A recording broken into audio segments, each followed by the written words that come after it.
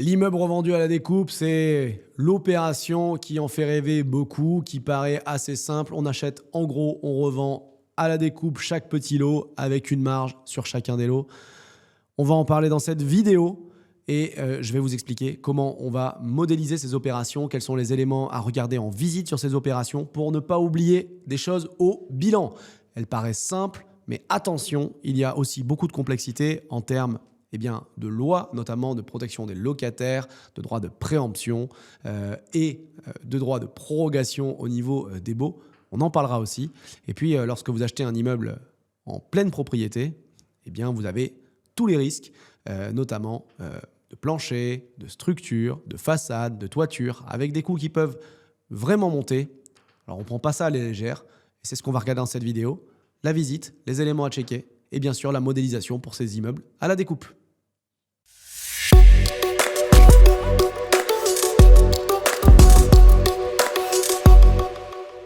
Maintenant que les bases sont posées, vous avez repéré un immeuble, vous allez aller en visite. Quels sont les éléments clés à regarder pour réaliser des ventes à la découpe d'immeubles? Tout ce qu'on a vu dans la précédente vidéo qui concernait en fait les lots en direct, leur état globalement, il va falloir le retranscrire et le réutiliser dans ces opérations. Mais là, vous avez un cas un peu différent. Vous avez plusieurs lots et le conseil que je dois vous donner, c'est de visiter tous les lots si possible.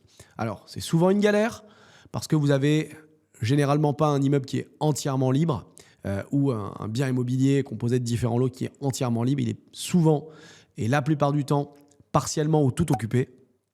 Mais il va falloir coordonner, revenir plusieurs fois, voir avec les locataires. Alors, c'est l'agent immobilier, c'est le vendeur qui vont le gérer, mais voir globalement tous les lots.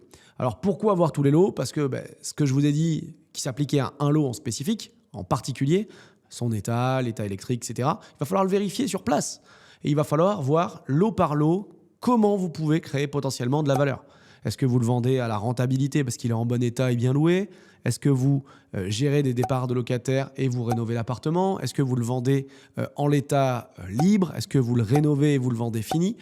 Il y a tout un tas de possibilités qui vont dépendre vraiment de l'état spécifique et individuel de chacun des lots. Donc ça, c'est la première chose, vraiment, visiter tous les lots si c'est possible. Alors bien sûr, ça m'est arrivé d'acheter des immeubles, je ne vais pas dire à l'aveugle, mais en partie à l'aveugle, on n'avait pas tout vu. On voit globalement l'appart 1, 2, 3, 4, 5, il y en a 7. Il y a un lot, on n'arrive pas à se coordonner pour le visiter, ou le locataire est un peu récalcitrant. On y va, on fait confiance. Peut-être qu'on va avoir des photos, peut-être qu'on va avoir des éléments annexes qui vont permettre de rassurer les éléments. À un moment donné, je vous invite quand même à tout visiter. On ne sait jamais, il peut y avoir un loup sur un des lots que vous n'avez pas vu. Dans tous les cas, le géomètre devra passer. Dans tous les cas, un diagnostiqueur probablement devra passer. Et il faut réussir à se greffer et à être assez flexible pour pouvoir y aller à ce moment-là. Donc ça, c'est le premier conseil et le premier point sur les visites d'immeubles à la découpe. Le deuxième, ça va être l'inspection des communs. Inspection des parties communes. Qu'est-ce qu'on va regarder dans les parties communes? Bien évidemment, la cage d'escalier. Mais qu'est-ce qui est également commun dans un immeuble? La façade, la toiture, les planchers et tout ce qui est probablement dans les sous-sols, les caves, etc., etc. Alors, pourquoi je vous invite à fortement investiguer tous ces points-là? Parce que, contrairement à la copropriété où vous allez acheter un petit lot, peut-être vous avez quelques tantièmes dans la copropriété, vous allez avoir une quote-part assez faible de travaux. Autant en monopropriété, quand vous achetez, et vous allez mettre en copropriété, donc vous allez avoir des frais qui sont liés à cela et des responsabilités liées à cela, vous allez supporter la totalité de ces frais. Je vous donne un exemple, ça m'est arrivé sur un cas d'un immeuble où j'avais assez mal inspecté l'état de la charpente. On s'est retrouvé à devoir remplacer la totalité de la charpente toiture, ce qui n'était pas forcément complètement prévu au bilan initial, ou en tout cas pas si rapidement. Et donc, c'est vraiment des frais importants. Pour l'exemple, c'était environ 25 000 euros. La façade également, toutes les façades si possible, d'inspecter leur état, d'inspecter leur étanchéité potentiellement. Idem sur la toiture. Et puis, je vous parle des communs, de la cage d'escalier, mais il y a aussi toutes les colonnes techniques, les gaines techniques. Des choses qui sont de plus en plus demandées, ce sont ce qui s'est raccordé à la fibre. Où en est la colonne électrique globale? Est-ce que chaque appartement a bien son compteur électrique individuel?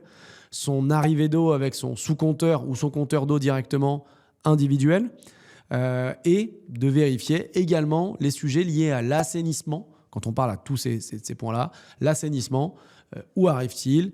Comment l'immeuble ou le bien est raccordé au tout à l'égout ? Est-ce qu'on a des regards ? Est-ce que c'est bien entretenu ? Est-ce qu'il n'y a pas de sujet d'assainissement particulier sur les immeubles ? Donc ça, c'est les éléments plutôt techniques à vérifier. Et le dernier élément technique qui est à vérifier... Et au fait, petite parenthèse, si jamais tu veux aller plus loin, en savoir un petit peu plus, récupérer le contenu écrit, probablement également les supports et passer encore plus à l'action, tu peux retrouver des fiches qui sont téléchargeables et gratuites, comme je te l'ai dit, pour t'accompagner. Des templates, des outils, des grilles d'analyse, tout ce qu'il faut pour appliquer concrètement ce qu'on voit dans cette vidéo et dans les autres vidéos de la formation From Zero to Hero. Tu les retrouveras en premier lien de cette description. C'est juste en dessous, c'est cadeau, c'est offert par la maison, alors profites-en. Allez, on continue. Je vous en ai parlé tout à l'heure, ce sont les caves, les sous-sols. Parce qu'il arrive fréquemment qu'on s'aperçoive qu'il y a des problèmes. Des problèmes peut-être d'humidité, des problèmes peut-être de stabilité, structure, ce qui serait problématique, mais ça peut arriver. Et attention de le regarder. Il pourrait y avoir aussi des problématiques en lien avec des champignons, en lien avec des rongeurs ou des nuisibles qu'on pourrait peut-être plus probablement voir dans ces endroits-là, ou dans des cours arrière, etc. Et c'est important que vous ayez accès à ce genre de choses. Un autre exemple que je vais vous donner, on était positionné sur un immeuble et puis on a refait une visite. Je n'avais pas pu voir les caves et c'est vrai que l'agent IMO, je n'avais pas insisté fortement, mais j'avais dit j'aimerais bien voir les caves. Et quand je suis retourné une fois, je vais voir les caves et là je me suis rendu compte en passant sous l'escalier principal, eh bien que en fait il y avait une partie de l'escalier qui était en train de s'effondrer en lien avec des poutres en bois ou des supports bois qui n'étaient plus correctement en place. Pourquoi ? Eh bien parce qu'il y avait eu des invasions de Capricorne qui avaient bouffé une partie de la structure bois de l'escalier. Et donc ça, si je ne vais pas dans les caves voir, et également il y avait un plancher du rez-de-chaussée pareil qui était bois, qui était en train de se faire complètement bouffer. Si vous ne le voyez pas, si vous ne l'inspectez pas comme il faut, eh bien vous pouvez passer à côté et vous retrouver avec des désordres derrière, qui pourraient être graves si on a un effondrement d'un escalier avec des dégâts ou des blessures corporelles pour certains habitants, ou simplement juste des coups, même s'il n'y avait pas de blessures ou de danger pour les personnes présentes sur place. Donc ça, c'est des choses qui sont vraiment hyper importantes à regarder à mon sens. Un autre truc, c'est dans la visite des lots, mais également sur les boîtes aux lettres, de confirmer un petit peu l'état locatif qui est en place. Bien souvent, vous allez visiter, je vous ai dit des lots au fur et à mesure, etc. Mais on va vous donner un état locatif, donc confirmer avec les boîtes aux lettres qu'il y a bien les lots qui sont occupés, libres ou pas. Confirmer également, même les lots libres qui n'ont pas été peut-être, aller squattés ou occupés de façon un petit peu illégale ou différente de ce qui est présenté à l'état locatif. Peut-être prendre également au moment de la visite connaissance des profils des locataires et échange avec les locataires plutôt bref. Et puis un dernier élément, là encore un peu technique, je le refais dans le désordre, pardon, mais je l'avais oublié, ce sont les types de planchers, la structure globale de l'immeuble. Plancher bois, plancher béton, est-ce que c'est du récent, de l'ancien, de quand ça date, pour avoir plus d'informations là-dessus.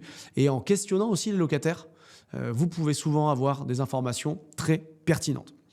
Donc ça serait les éléments en plus à regarder lorsque vous allez acheter un immeuble versus des appartements dans une copropriété, par exemple. Quand je dis dans un immeuble, ça pourrait aussi être utile de regarder tous ces éléments-là si vous achetez une maison que vous allez diviser, etc., etc. Mais dans le cadre d'un immeuble, c'est vraiment ces points-là qu'il va falloir regarder. Et je pense qu'on a fait à peu près le tour des sujets. Maintenant, venons-en aux coûts. Quels sont les coûts à intégrer dans le bilan spécifiquement pour cette typologie de dossier ? Alors, je vais reprendre rapidement les coûts qu'on avait déjà vus dans la précédente vidéo. Donc, les frais de mutation à adapter au montant d'achat. Bien sûr, vous allez avoir des frais d'assurance. Et dans le cadre d'un immeuble que vous allez mettre en copropriété, plusieurs assurances. La première, c'est ce qu'on appelle la P&O au départ. Vous allez acheter l'immeuble en bloc, vous allez le revendre à la découpe et vous avez une P&O. Une fois que vous allez revendre un lot, vous allez créer une copropriété. Et à ce moment-là, il va falloir que vous preniez, pour le compte du syndic et de la copropriété, une assurance. Cette assurance n'est plus la P&O. C'est une multirisque immeuble. Multirisque immeuble. Je le redis Parce que, attention, ça m'est arrivé là encore, et c'est des tips que je vous donne là. Donc, on prend une multirisque immeuble pour le compte de la copropriété qui assure les parties communes et on garde des PNO pour les parties privatives des lots qu'on a encore. Et les acquéreurs, au fur et à mesure, vont prendre leur propre PNO. Donc, on a une assurance supplémentaire, on a la PNO, la RCP, classique, mais en plus, on va avoir une multirisque immeuble qui est nécessaire pour la copropriété. Alors, vous n'aurez pas la totalité de ces frais à payer parce que ça veut dire que vous avez mis en copropriété, vous la paierez en fonction de vos tantièmes, mais dans le bilan, ça a un petit coût et c'est à mettre en place. Sur le point assurance, on est OK. Sur les points travaux, écoutez, ça dépendra de ce que vous faites dans l'appartement, dans les communs, dans les parties privatives, dans les caves, dans les extérieurs, sur la façade, etc. Si vous avez des travaux qui sont en lien avec la nécessité de prendre une dommage ouvrage, vous la prendrez, vous le mettrez au bilan. Sinon, coût travaux classique, RAS.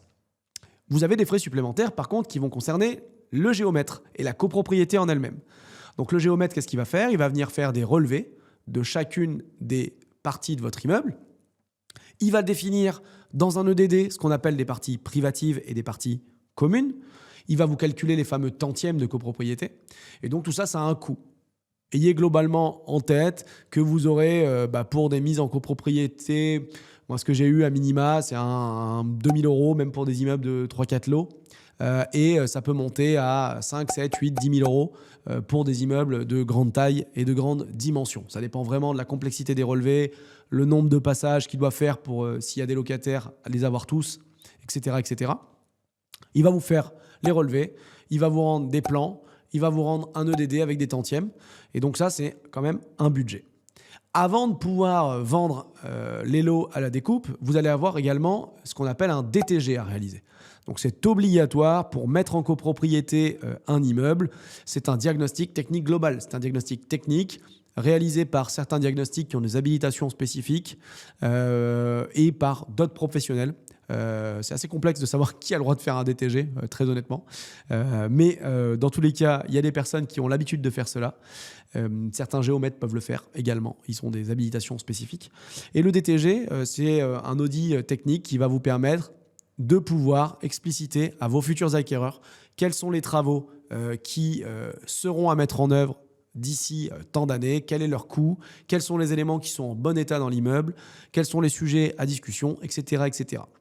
L'idée, c'est quoi ? C'est de parfaitement informer les futurs acquéreurs de l'état de la copropriété, de l'état du bâtiment.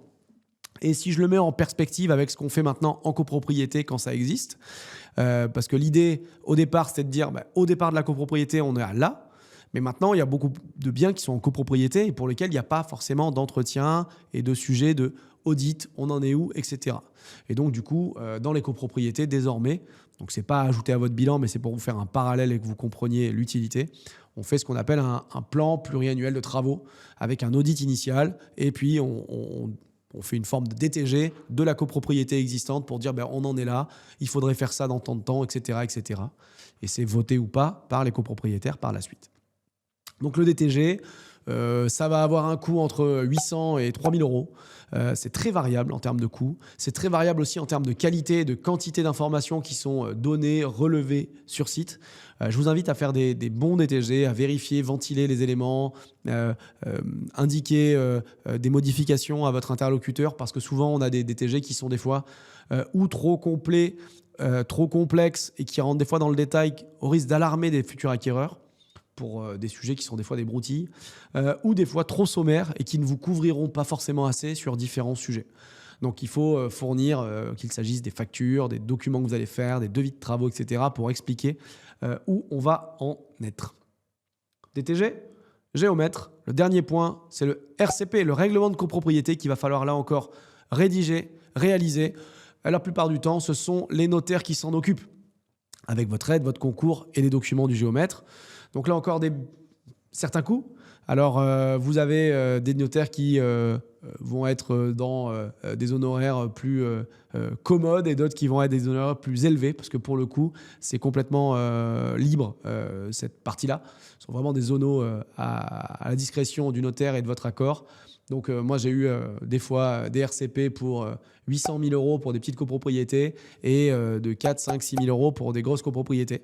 Donc, ça se discute, ça se tranche, mais ayez en tête que vous avez et le géomètre et le DTG et le notaire pour le RCP, qui doit dans tous les cas être enregistré, fiche de copropriété créée, etc. Donc là, on a fait la partie, je dirais, copropriété. Le dernier élément qui manque ou qui pourrait manquer, ce sont ce qu'on appelle les DPE immeubles maintenant, ou les audits énergétiques qui sont parfois nécessaires sur l'immeuble au complet et ou sur les lots individuellement.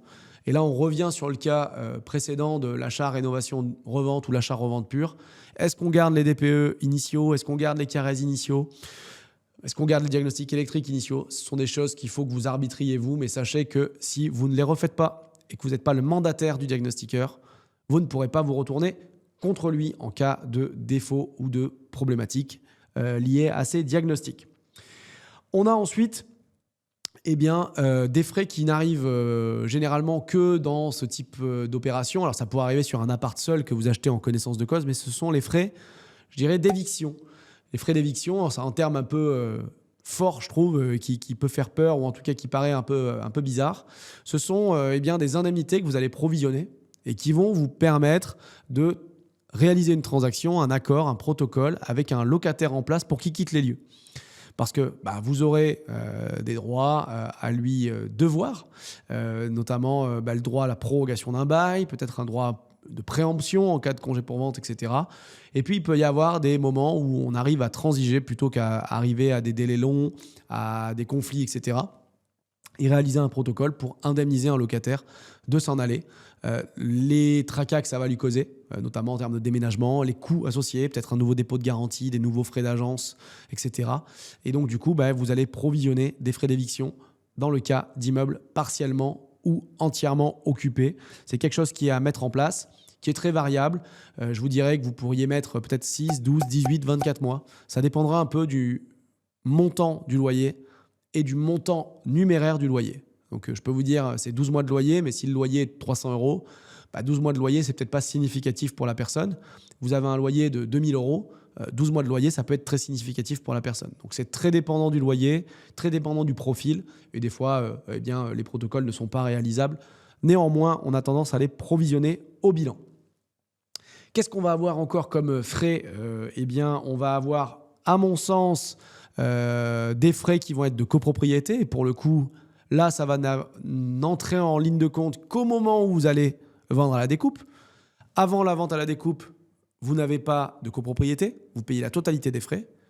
Après la vente à la découpe, vous allez pouvoir payer uniquement vos quotes-parts de tantièmes que vous détenez dans la copropriété. Mais intégrez-les, parce que là encore, peut-être sur 12, 18, 24 mois pour certaines opérations, voire plus, vous allez avoir des frais qui s'amoncellent, qui augmentent au fur et à mesure. Si vous ne les avez pas intégrés, attention. A contrario et en compensation, vous avez également des loyers peut-être qui rentrent avec vos locataires en place.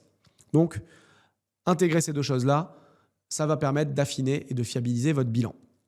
Vous avez ensuite les habituels frais de commercialisation, on en a déjà parlé, associés avec des frais de publicité, donc photos, visuels 3D, peut-être des simulations, des frais de publicité sur des sites particuliers, des frais de mise en annonce ou de valorisation de certains biens, etc. etc. Le dernier point pour moi qui pourrait être à ajouter déjà sur ce type d'opération, quand on a des doutes notamment sur certains éléments, ce sont des frais d'études structurelles notamment, des frais d'études structurelles qui correspondent à quoi?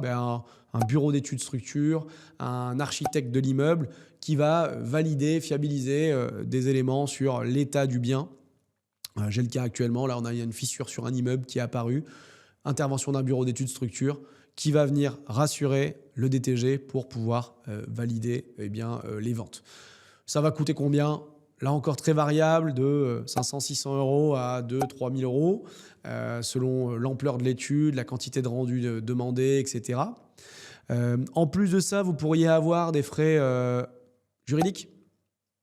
parce que vous allez avoir des protocoles à réaliser de transactions avec des locataires. Vous pourriez avoir des frais d'huissier, aujourd'hui commissaire de justice, qui viendrait délivrer des congés pour vente, délivrer des informations aux locataires. Ça, c'est des possibilités. Et puis peut-être, alors généralement dans des immeubles en monopropriété, c'est déjà régularisé et tout est carré, mais vous pourriez peut-être avoir aussi des frais en lien avec la mise en place de nouveaux compteurs électriques ou compteurs ou sous-compteurs d'eau, éventuellement gaz, moins fréquent, qui seraient à rajouter, peut-être parce qu'il y a eu une division il y a longtemps d'appartements et qu'ils ont été régularisés depuis, mais pas d'un point de vue de l'électricité où il y avait un sous-compteur, je ne sais quoi. Donc ça, c'est des sujets qu'il faudra regarder et qui peuvent avoir des coûts supplémentaires. Globalement, encore une fois, avec la totalité de ces dépenses, vous devriez avoir un bilan qui est beaucoup plus fiable que votre bilan actuel où on se dit j'achète 5 lots pour 100, je vais les revendre chacun pour X, peut-être 40 chacun, et donc du coup, ça fait 200 à la revente. 200 moins 100, j'ai 100 de marge. Bah non. Frais de mutation, frais de mise en copro, DTG, EDD, les diagnostics de la revente, peut-être des évictions pour 2 ou 3 locataires, etc., etc. C'est ce qui fait que les marges, quand on fait la somme de toutes les ventes versus la somme de votre achat, elles ne sont pas équivalentes à cette différence-là. Il y a tout un tas de frais et je vous invite vraiment à faire attention à cela. Intégrez tout, faites des bons bilans et vous serez beaucoup plus fiable et beaucoup plus carré sur vos dossiers. J'espère que cette vidéo vous a plu. On a parlé de mise en copro, de vente à la découpe d'immeubles et on parlera dans une prochaine vidéo des sujets de modélisation et de visite dans le cadre d'une vente d'immeubles à rénover. Allez, salut, à très bientôt, ciao.